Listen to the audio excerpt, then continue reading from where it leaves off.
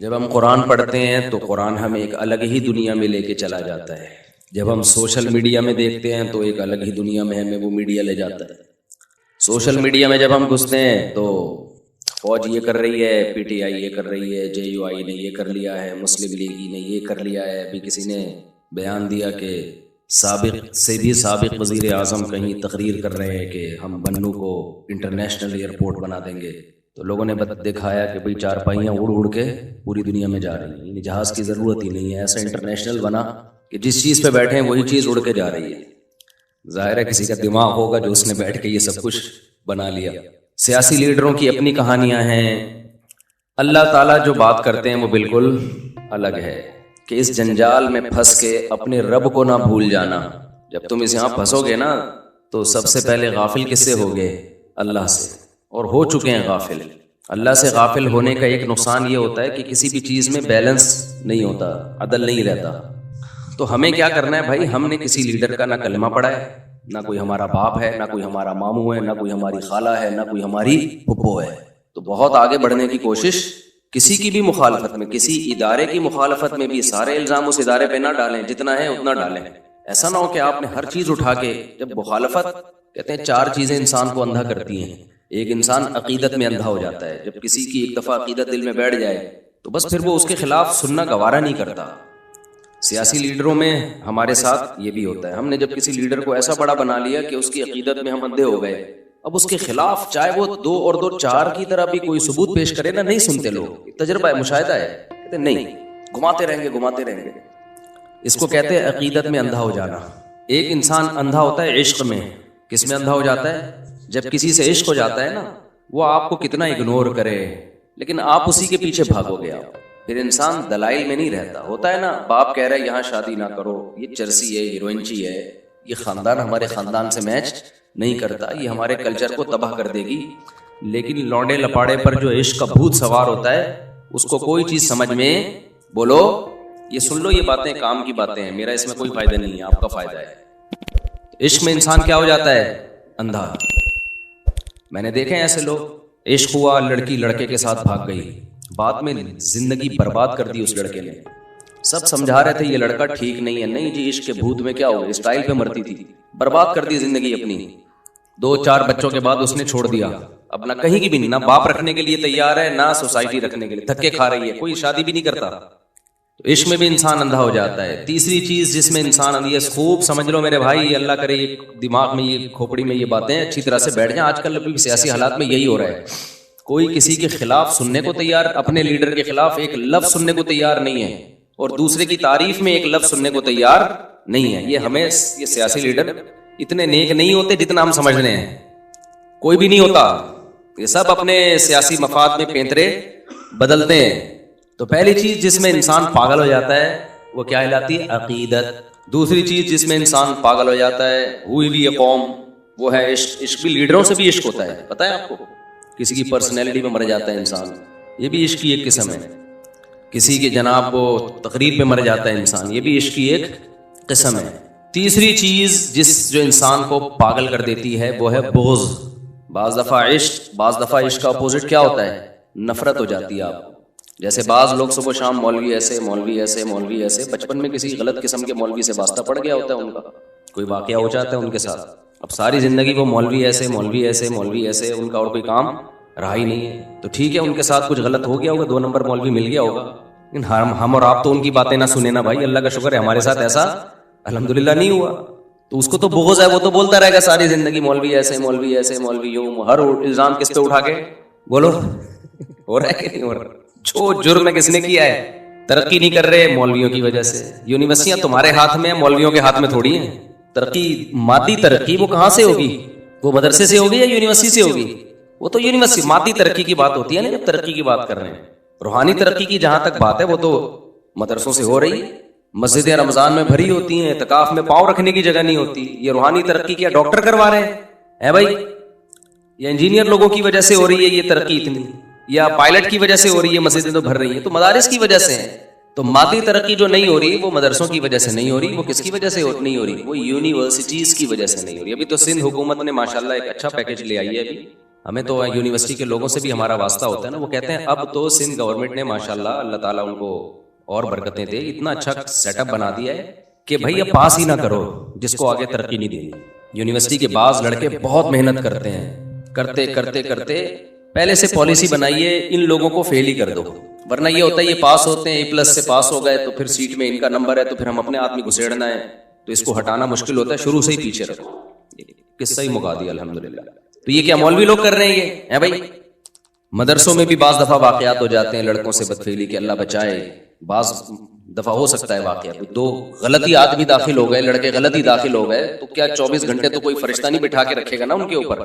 لیکن یونیورسٹیوں میں یہ واقعات مدرسوں سے زیادہ ہوتے ہیں. لیکن آپ نے دیکھا ان لوگوں نے کبھی یونیورسٹیوں کے خلاف کلپ بنایا, یونیورسٹیوں میں اپنے بچوں کو مت بھیجو, یونیورسٹیاں ایسی ہوتی ہیں نا. تو یہ ہے بغض, اٹ از کالڈ بغض. یہ مذہبی اسکالرز میں بھی ہوتا ہے, فرقوں میں بھی ہوتا ہے. دوسرے فریق کی کوئی بات نہ ماننا. کچھ دن پہلے کوئی دیوبند مسلک کے صاحب ہیں, انہوں نے حمایت کر رہے ہیں دیوبند کی, دیوبند ایسے, دیوبند ایسے, دیوبند ایسے. تو مجھے کسی نے کہا ان کو اپریشیٹ کریں. میں نے کہا یہ ہر غلط چیز میں بھی کوئی دیوبند سے کوئی غلطی بھی ہو جائے تو اس کی بھی حمایت کرتا ہے یہ بندہ, اس لیے میں نے ان کو سپورٹ کر سکتا. کوئی غلطی ہو جائے نا کسی مولانا, کوئی دیوبند سے جن کا تعلق غلطی ہو جائے تو انہیں اس کو بھی کیا کرنا ہے, صحیح کرنا ہے بیٹھ کے. تو کیوں اپنے آپ اوپر آپ نے چیز سوار کی ہے بھائی؟ غلطی ہو گئی تو غلطی ہو گئی, اس میں کون سا ہے؟ اور غلطی ہونے سے کوئی انسان ایک دم زمین پہ تھوڑی گر جاتا ہے بھائی, ہو گئی تو ہو گئی, ختم. وہ مجھے آپ کو یاد ہوگا نا, میں نے کلپ میں نے کہا تھا کہ انار کے بارے میں ایک حدیث ہے جس میں انار کا ایک دانہ جنت کا ہے. ایک صاحب جو اپنے آپ کو اہل حدیث کہتے ہیں نہیں ہے, اللہ ہی جانے, انہوں نے میرے خلاف پورا ایک آدھے گھنٹے کا کلپ بنا دیا کہ دیکھو یہ لوگ ضعیف حدیثیں سناتے ہیں, پورا آدھے گھنٹے کا بلا وجہ کرنا. ارے ایک ضعیف حدیث سنا دی تو کون سی قیامت آ گئی؟ آپ بتا دو بھائی یہ حدیث ضعیف ہے, بات ختم ہو گئی. 5 سیکنڈ میں بات کیا ہو جائے گی, ختم ہو جائے گی. دوسرے کاموں کو چھیڑو. وہ پورا بیچارے کو لگتا ہے کہ فیم چاہیے نا لوگوں سے, تو انار ہی کو موضوع بنا کر آدھے گھنٹے کا بیان داغ دیا. اٹ از کالڈ بغض. یہ کیا کہلاتا ہے بھائی؟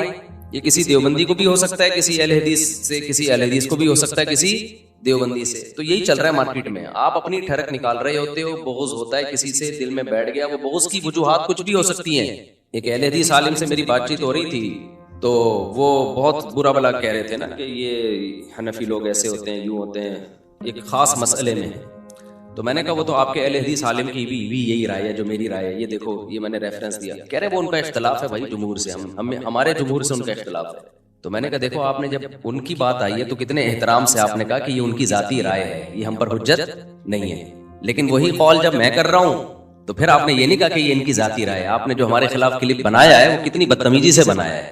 اس کا مطلب آپ کو ہم سے بغض ہے. علمی اختلاف بولتے کیوں نہیں بھائی؟ نہیں ہے. تو مارکیٹ میں جو چل رہا ہے وہ بتا رہا ہوں آپ کو. کسی اور کے بارے میں رپورٹیں پیش کرنا مقصد نہیں ہے.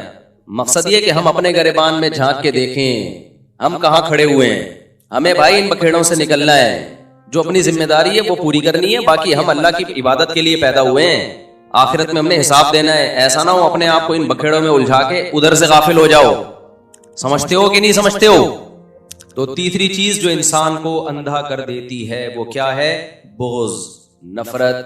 مشرکین مکہ کو یہی تو ہو گئی تھی نا, بغض سے پھر حسد پیدا ہوتا ہے, جیلسی ہوتی ہے, آدمی بس دوسرے کو نیچا دکھانے میں لگا رہتا ہے, اس کا ذاتی مسئلہ بن جاتا ہے. تبھی بعض مولاناؤں کے مسائل بھی ایسے ہیں, میں عوام سے کہتا ہوں اس میں مت الجھو, یہ ان کے آپس کے پھڈے ہیں, حالانکہ وہ مولویوں کے ہوتے ہیں پھڈے.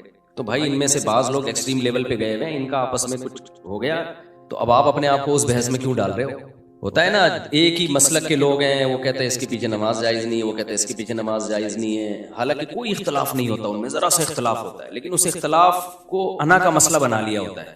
تو میں عوام سے کہتا ہوں ان مولویوں سے یہ والا مسئلہ پوچھو ہی نہیں, اس کے علاوہ پوچھو, یہ پوچھو ہی نہیں یہ والا مسئلہ. اور سارے نہیں ہوتے, چند ایک ہوتے ہیں, تو وہ ان کی انا کا مسئلہ ہوتا ہے.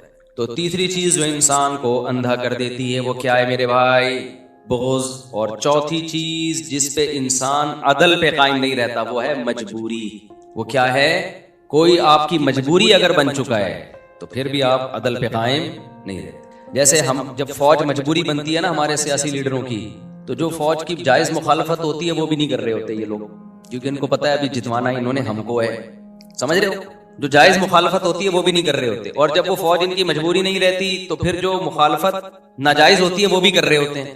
تو یہی کام فوج کا بھی ہے, جب کسی کو لانا ہوتا ہے تو سبحان اللہ, ہٹانا ہوتا ہے تو ماشاء اللہ. میرا مقصد سیاسی تبصرے نہیں ہے. اگر میں سیاسی تبصرے کر رہا ہوتا تو پھر میں ابھی یہ بتا رہا ہوتا فلاں سیاسی جماعت ٹھیک ہے فلاں غلط ہے. یہ تو یہاں ابھی ٹاپک نہیں ہے نا, یہ تو نجی محفلوں کی بات ہے نا. میں تو ایک اوور آل اصول اور ضابطے آپ کے سامنے بیان کر رہا ہوں. اصول اور ضابطے تو وہ تو کبھی بھی نہیں بدلتے نا, تو اپنے آپ کو ان اصول اور ضابطوں سے نکالنے کی کوشش بولو مت کرو. لوگ پاگل ہو گئے ہیں بھائی, طلاقیں ہو گئی ہیں گھروں کے اندر, ان سیاسی پھڈوں میں قتل ہو گئے ہیں, اور جن کی خاطر لڑ رہے ہوتے ہیں وہی بعد میں بیٹھ کے آپس میں سلو کر کے چائے پی رہے ہوتے ہیں, محبت کا اظہار کر رہے ہوتے ہیں. تو چوتھی چیز جو انسان کو پاگل بنا دیتی ہے وہ کیا ہے؟ مجبوری. جیسے میں نے 50-50 آتا تھا نا پہلے, اس کا ایک وہ سنایا تھا, جو کمنٹری کر رہا ہے وہ کہہ رہا ہے بھائی گیند سلیم اللہ کے ہاتھ میں, سلیم اللہ لے کے گھوم رہے ہیں, سلیم اللہ کھیل ہی نہیں رہا تھا تمیز سے, سلیم اللہ سلیم اللہ سلیم اللہ. لوگ کہہ رہے ہیں جو تماشائی بیٹھے ہوئے ہیں سلیم اللہ تو کھیل ہی نہیں رہا, کہہ رہے ہیں نہیں سلیم اللہ بہترین کھیل رہا ہے. تو لوگوں نے کہا یار تم کیا باتیں کر رہے ہو, کیسی غلط کمنٹری کر رہے ہو. جتنے تماشائی بیٹھے ہوئے تھے انہوں نے کہا بھائی یہ نہیں کھیل رہا, وہ کہہ رہے نہیں سلیم اللہ بہترین. ناظرین آپ دیکھ رہے ہیں سلیم اللہ کی پرفارمنس. لوگوں نے کہا کہ بھائی ہم جا رہے ہیں میدان چھوڑ کے نا, میچ نہیں دیکھ رہے, ہم جا رہے ہیں. اس نے کہا تم جہنم میں جاؤ, سلیم اللہ بہترین.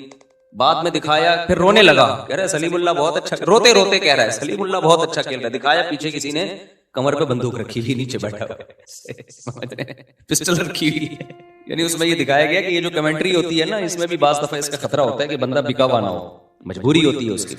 بعض صحافیوں کی مجبوری ہوتی ہے, بعض صحافی پیسے لے رہے ہوتے ہیں. کل تک جو فوج کی حمایت میں تھے آج فوج کے خلاف ہیں, کل جو فوج کے خلاف تھے آج فوج کی حمایت میں. بعض دفعہ لفافے ہوتے ہیں, بعض دفعہ لفافے نہیں ہوتے, پیچھے کیا رکھی ہوئی ہوتی ہے, پسٹل رکھی ہوئی ہوتی ہے. بولے جا رہے ہیں, جہاں بلواؤ گے وہاں بول رہے ہوتے ہیں.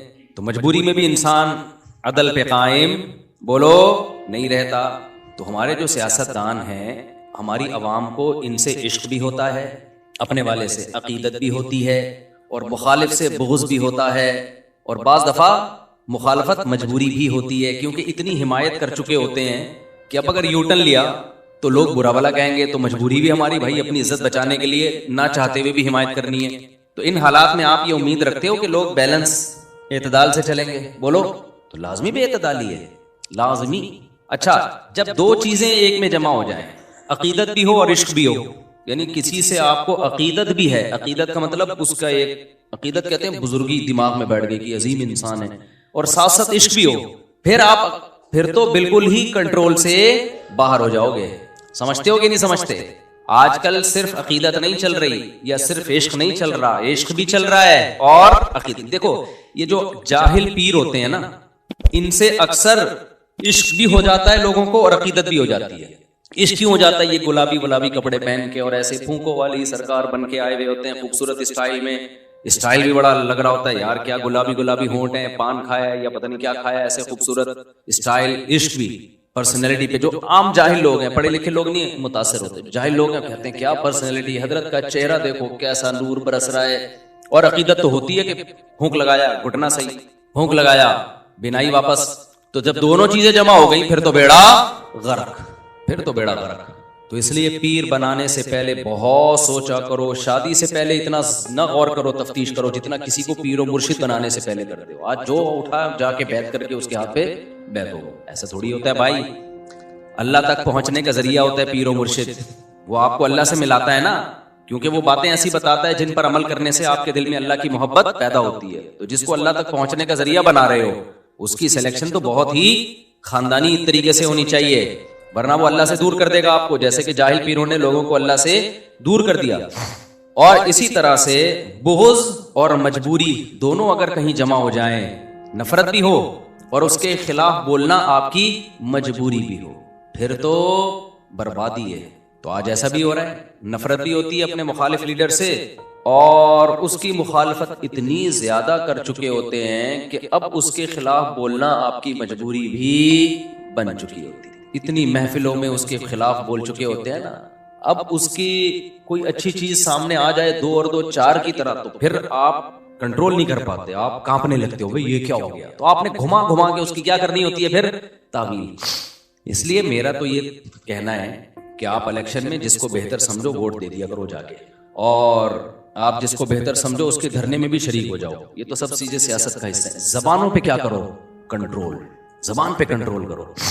زبان سے نہ کسی کی مخالفت میں حد سے آگے نکلو, نہ کسی کی حمایت میں حد سے آگے نکلو. کنٹرول. نبی صلی اللہ علیہ وسلم نے حضرت ابو بکر سے کیا فرمایا کہ لوگوں کو یہ زبان الٹے منہ جہنم میں ڈالے گی. یہ زبان ہے جو اوندھے منہ جہنم میں ڈالے گی لوگوں کو. اعتدال سے بھائی.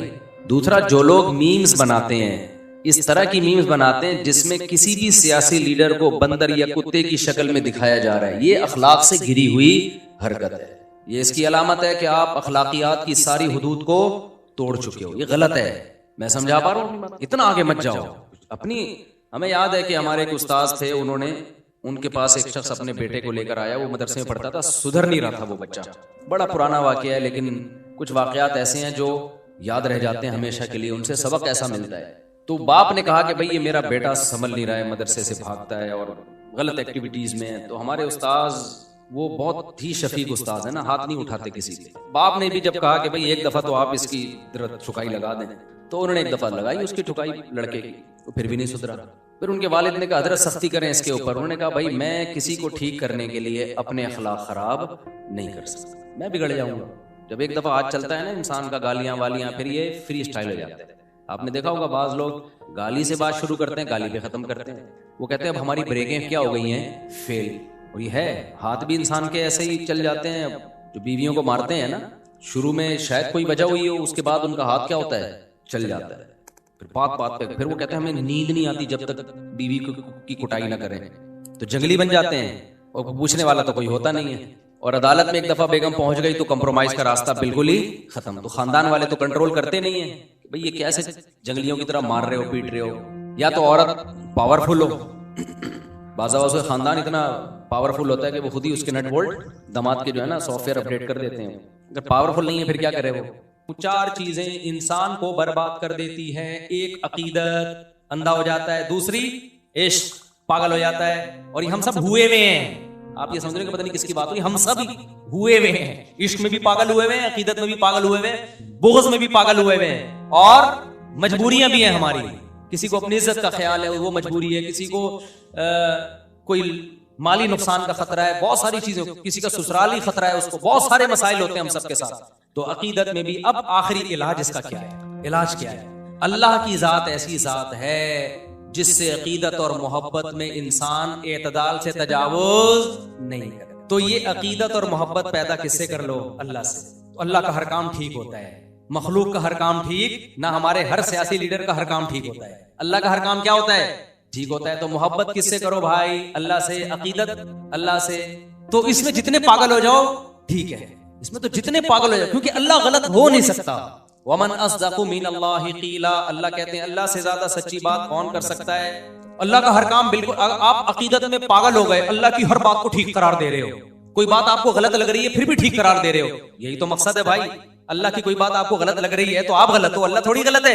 کیا خیال ہے بھائی؟ نبی کی عقیدت محبت میں پاگل ہو گئے تو سبحان اللہ ہو جاؤ پاگل. نبی کی ہر بات آپ کو ٹھیک لگے گی تو لگنی چاہیے. نبی کی کوئی بھی بات غلط ہو نہیں سکتی. اگر ہو رہی ہے تو آپ پاگل ہو. آپ کہہ سکتے ہو کچھ لوگ عقیدت محبت میں پاگل ہوئے, انہوں نے اصل میں وہ کیا کیا, گستاخ رسول کو نا, جس پہ بلا وجہ جھوٹا الزام لگایا, گستاخی کا قتل کر دیا. تو اس سے پتہ چلتا ہے عقیدت محبت میں نہیں, پاگل نہیں ہونا چاہیے. بھائی جان, یہ عقیدت محبت میں انہوں نے وہ والی عقیدت اختیار کی ہے یا وہ والی محبت اختیار کی ہے جو شریعت میں مطلوب نہیں ہے. شریعت اس محبت کو مانتی ہے جو اطاعت سکھاتی ہے. آپ کا محبوب آپ کو کہہ رہا ہے یہ کام کرو, آپ عقیدت میں پاگل ہو گئے نہیں کر رہے, تو یہ پاگل تھوڑی ہے. یہ تو وہ والا پاگل ہے جو نفسیاتی بیمار ہوتا ہے.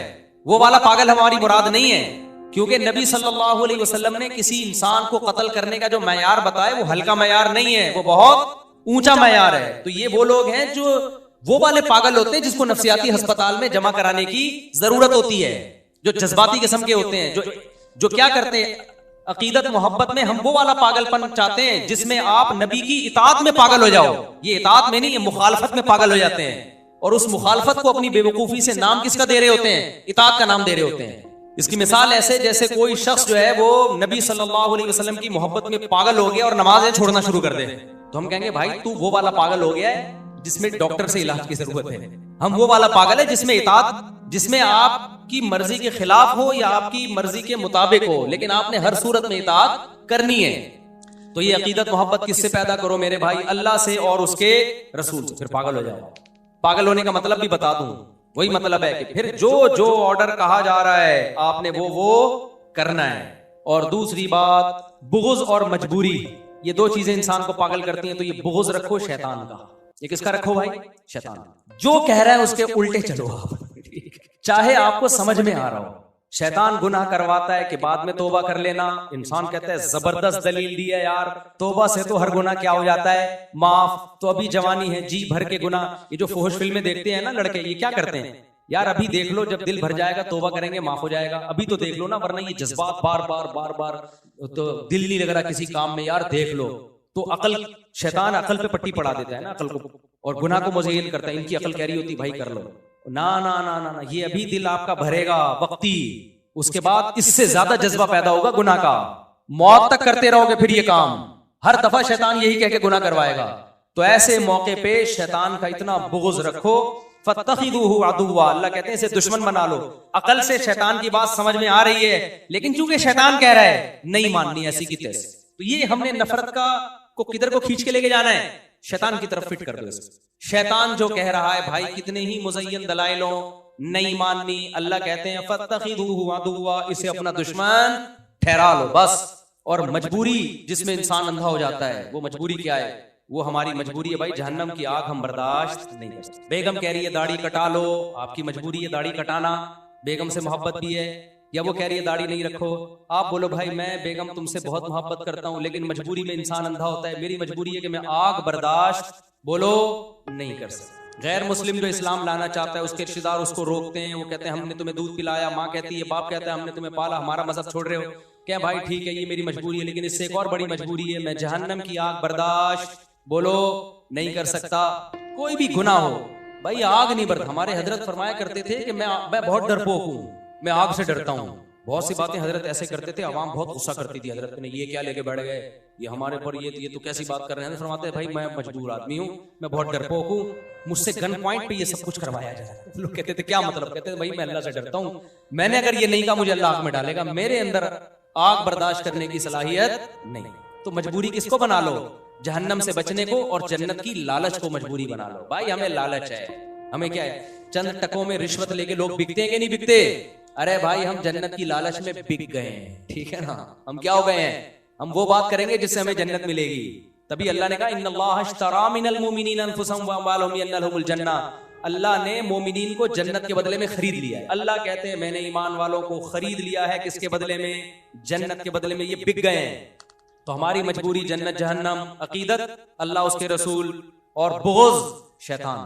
اس کے بعد پھر محبت بھی کرو, نفرت بھی کرو, لیکن کرائٹیریا کیا ہونا چاہیے یہ. اس کے بعد پھر آپ کسی سیاسی لیڈر سے محبت, وہ بیلنس ہوگی, کیونکہ وہ محبت اللہ کی محبت کے بولو تابع ہوگی, اس میں اعتدال سے تجاوز نہیں کرو گے, کیونکہ آپ اللہ کی حدود کو توڑنے کی کوشش نہیں کرو گے. اللہ تعالیٰ سمجھنے کی, عمل کی توفیق عطا فرمائے.